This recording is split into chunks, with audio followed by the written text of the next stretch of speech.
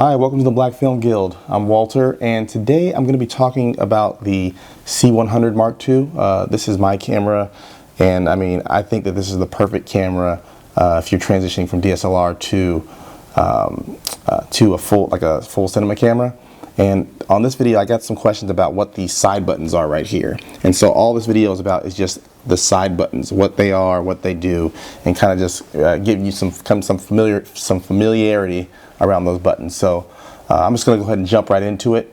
What the side buttons are, starting with magnification here. This is what would be used if you are trying to get critical focus manually. You want to go ahead and use magnification. Go ahead and get your focus, pull your focus, and then go ahead and zoom back out. With the C100, I personally like the autofocus. If you can use that, I think it works great. The focus peaking. What that is you, around the object that you are focused on, you can put a red or green highlight around, and what it tells you is that that area is the focus of the camera. And what that will do, it will allow you to determine which part of the image is going to be in focus.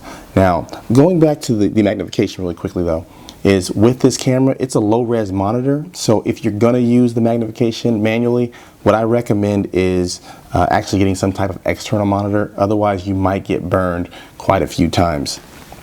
Moving down to the zebras.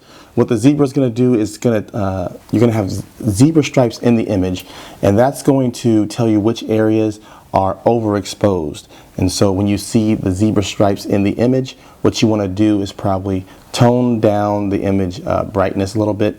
And what this will do is it'll make sure that you're not going to be clipping your highlights. The next button, let's go with status. This is going to give you status of the monitor, the LCD monitor on the display. This is going to be your custom white balance and your white balance button here. And so what you would do is I can go over that in another video. I can go over that in more detail in another video.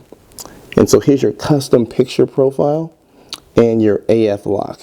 Your AF lock is going to, let's say for example, you want to lock focus on a particular area. What you can do is you can push AF lock, and then you can move the camera around and it will stick to that specific portion. On this camera, if you use the autofocus, what it does is the autofocus is only on the center of the screen.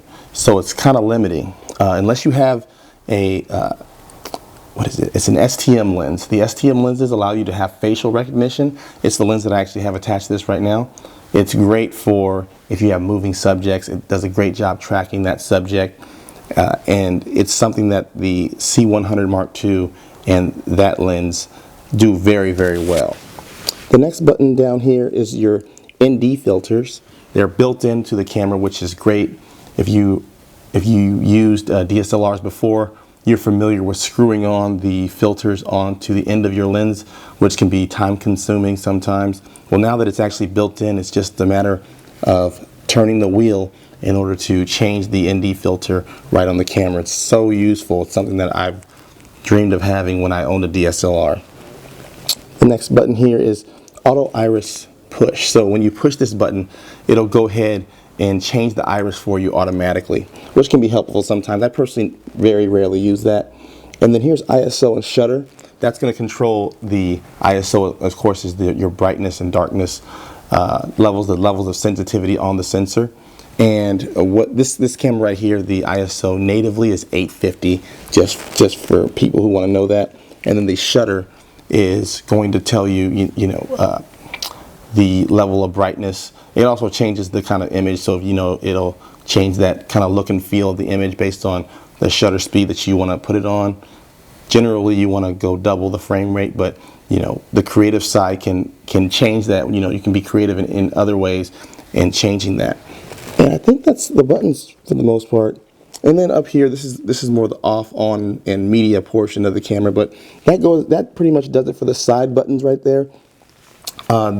They're very useful. They're very handy. Ergonomically, they did a great job with this camera and having the buttons placed there. When you're using the camera, they're really easy to get to. They're really easy to use. And I think they did a great job with that. So hopefully this helps with kind of knowing what these buttons are.